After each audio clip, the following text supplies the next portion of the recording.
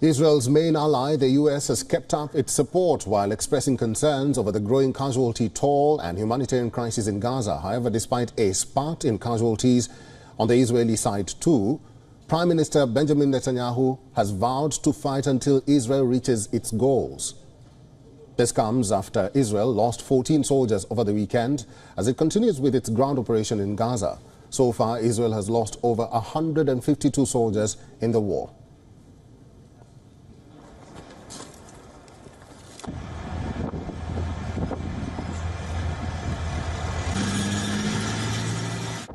המלחמה גובה מאיתנו מחיר כבד מאוד, אבל אין לנו ברירה אלא להמשיך להילחם. כוחותינו חיסלו עד היום אלפים רבים של מחבלים. אנחנו ממשיכים בכל הכוח, עד הסוף, עד לניצחון, עד שנשלים את כל יעדינו. Israeli Prime Minister also dismissed reports that the United States had convinced the country against expansion of its military activity. This is after President Joe Biden spoke with the Prime Minister, urging him to protect civilian lives in Gaza. The conversation between Biden and Netanyahu comes a day after the United Nations Security Council passed a resolution on Gaza aid. However, senior Hamas officials criticized the watered-down United Nations Security Council resolution.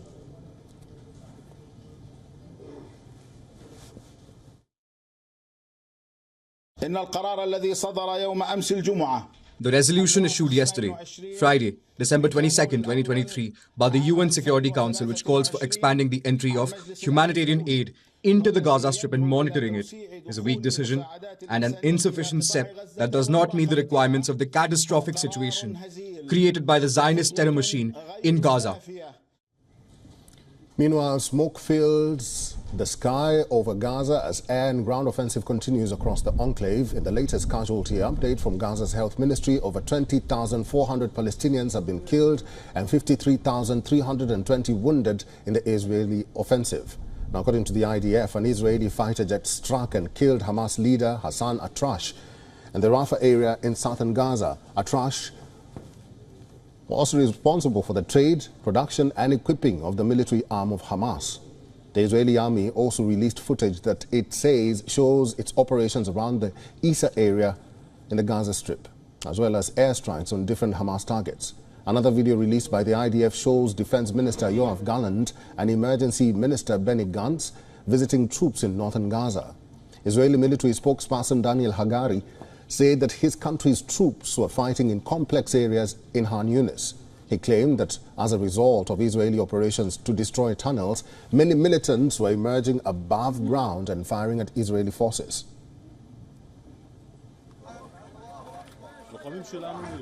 Our fighters are fighting in complex areas for fighting. An area like Khan Yunis is also a dense area. We also locate the terrorist infrastructure, especially underground. We work very hard underground in Khan Yunis. We expanded the engineering forces there. On the other hand, the devastation in the central area of the southern Gaza city of Han Yunis could be seen where some bodies were still lying in the streets as animals roamed around them. Videos released by the Hamas military wing allegedly showed an attack on Israeli soldiers in Beit Lahia. The video shows 5 men in green military wear walking near a building before multiple weapons appeared to be fired at them.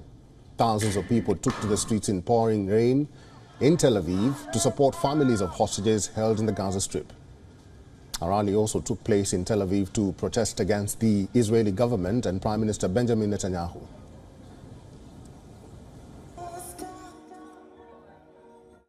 In